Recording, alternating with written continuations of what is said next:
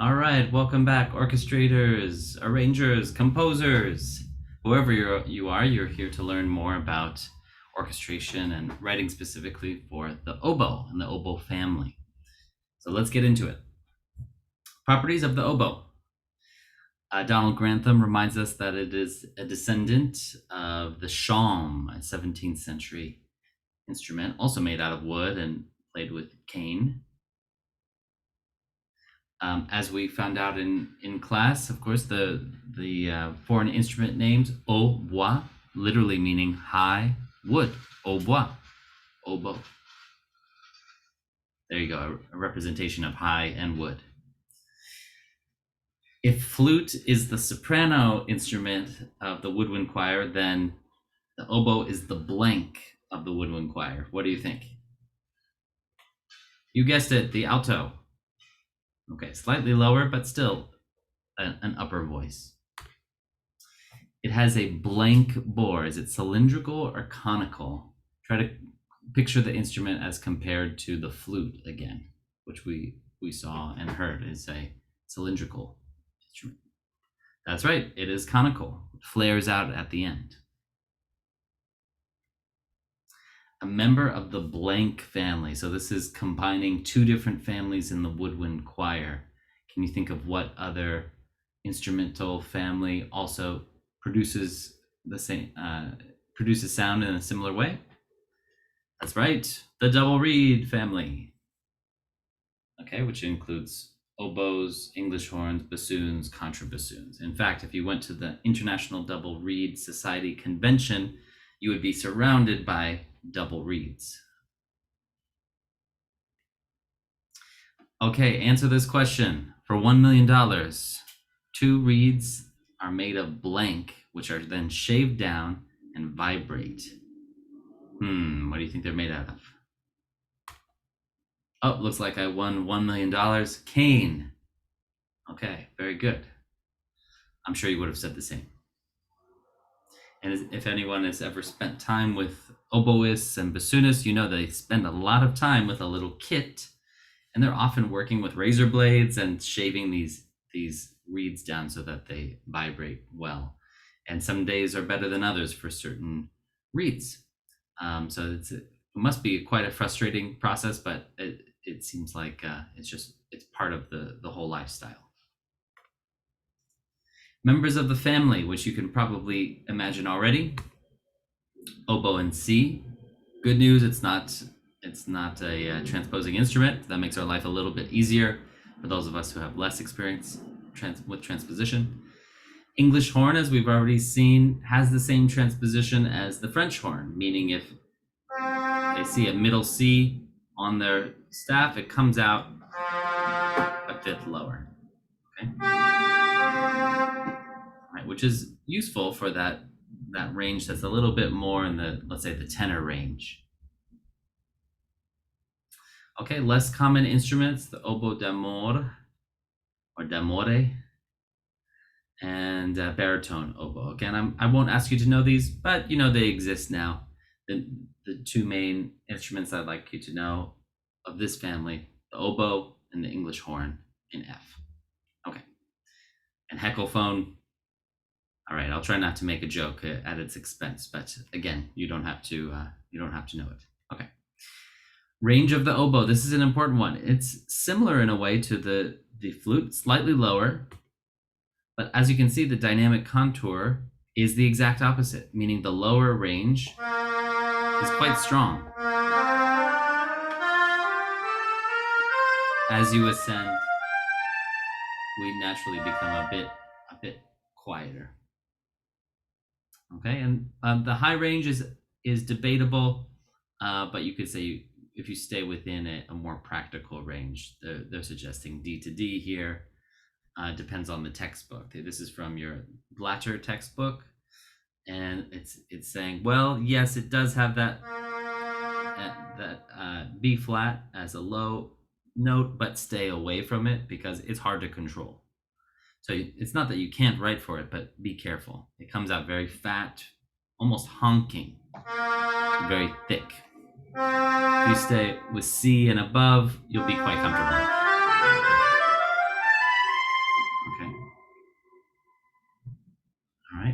range of the English horn. Remember that it's the same written note, B flat. I'm sorry, low B transposes down a fifth, so that would mean coming out as an E. Again, this is useful because we're filling in that lower range. And you'll notice that the sound quality is very different on the English horn as well. A dynamic curve, as we just said, is a diminuendo from low to high. The exact opposite of the flute. It's analogous to, let's say, the piano, which has the lower the register, the piano is naturally quite loud in its lower register, softer towards the top end. It's just the nature of the instrument.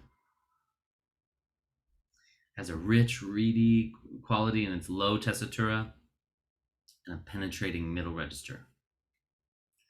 And the highest fifth, sort of like the lowest few notes on the flute are kind of wispy, while the highest notes of the oboe are thinner, less rich. It is, however, a very agile instrument, despite its many slow, expressive solos in literature. It should not be relegated to playing only long notes, although it's quite good. In fact, if we had a guest oboist, I would ask them to take a single breath and play for as long as they could one single note. And you'd notice it's quite easy for them to hold a long note. This also has to do with the property of the instrument, just that there's a lot of resistance. So in fact, it's quite common for there to be leftover air at the end of a solo. Just like really all woodwinds, trills, tremolos are quite possible. Sam Adler is reminding us to avoid the low B flat and B, which it would be quite difficult due to fingering.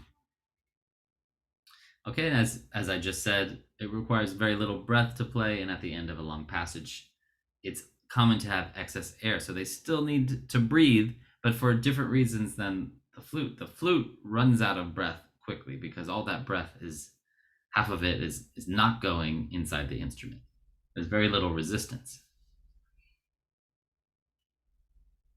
And the lowest range is quite difficult to control, and I can speak to this in my experience with oboists. When you call for those low notes, well, you're really going to get a very loud, thick, fat, dense sound. So do be careful. Just like we had for the flute, double, triple tonguing is not too difficult, but they're also extremely skilled at fast single tonguing. Ta ta ta ta ta. So when you're writing for oboe and you want, let's say, a repeated line, ta ta ta ta ta ta ta ta ta, you might see how fast you can perform single tongue, and that would be your answer. Okay, this is from Rimsky-Korsakov. I like his traditional approach to, of course, the orchestra has been updated slightly since he was on this earth, but he really left us with some nice thoughts about different ranges of the oboe, English horn, and all of the orchestra. So we'll be looking at all of these. As you can see, the oboe, he's describing this range as rough and thick. Notice that he doesn't have the low B flat.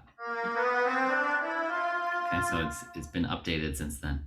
Sweet, thick, liquid, penetrating.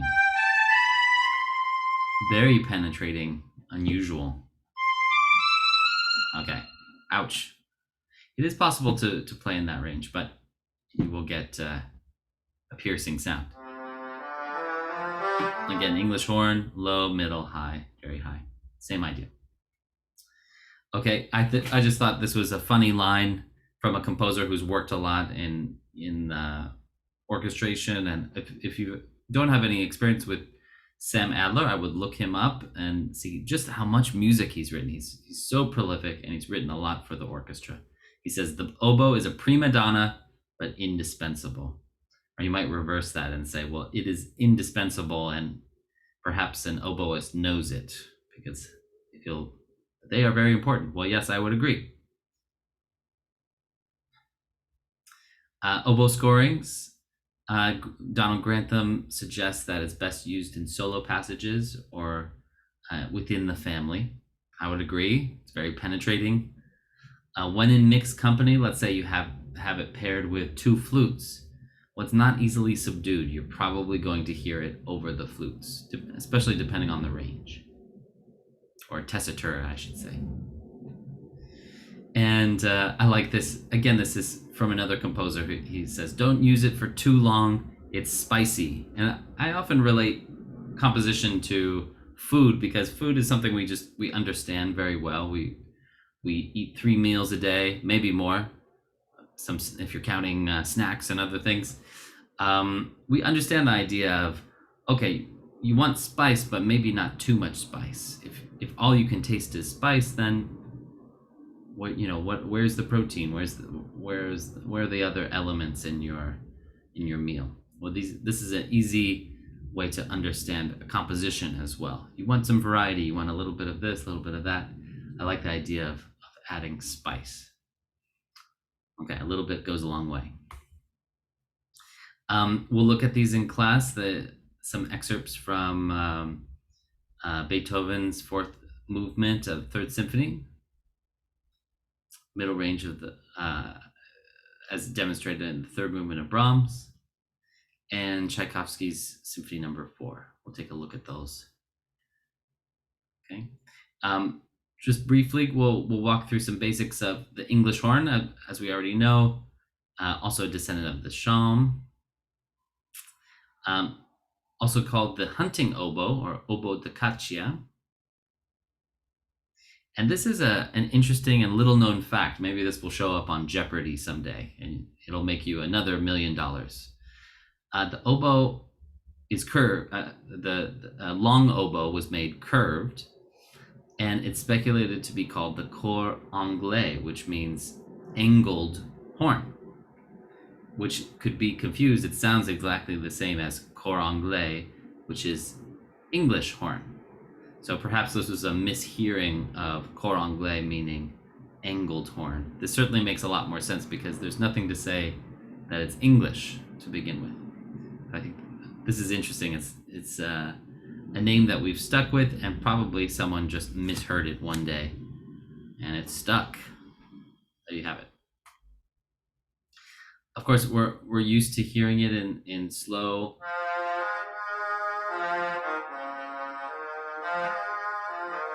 Okay, not a very good MIDI instrument there. But we're used to hearing it in slow pastoral writing. It is larger and lower, of course. More delicate, rounded, more rich than the oboe. I would agree with that. But you should know that technical passages are playable and possible. I have known some composers who've had a lot of success writing for these lesser used instruments like English horn or piccolo or tuba, and showing off what they can do, things that they don't often get to play. So if you're a composer and you want to spend some time making yourself stand out from the crowd, I would encourage you to look for these instruments who have a lack of repertoire, to really show off their full capacity. And Rimsky-Korsakov, from his point of view, says the first oboe never doubles. I think these days that's true. However, almost everyone would have some experience doubling. But certainly, if you are in the first chair, you won't be asked to double on English horn. Okay, typically you might have 2 oboists. Maybe you'll have a third oboist who's also doubling, but traditionally you'd probably have an English horn player, depending on the piece. Okay, and Sam Adler notes that the lowest notes don't suffer the same coarseness as the low oboe. Again, you'll find this out, but working with the live instrumentalist saying, "Ooh, can you try this?" and you'll hear the result. Okay, I'd encourage you to we'll look at these again in class: the Respighi, Pines of Rome, and Dvorak, New World symphony, which I just played a little bit of. Okay, so we know and love these sounds very well, but it's quite another thing to write for the instrument. So let's enjoy getting our feet wet a little bit writing for the oboe, and we'll see how that gets along with other instruments as we go along in class. So I hope you have a wonderful rest of your day, and I shall look forward to seeing you soon. Take care.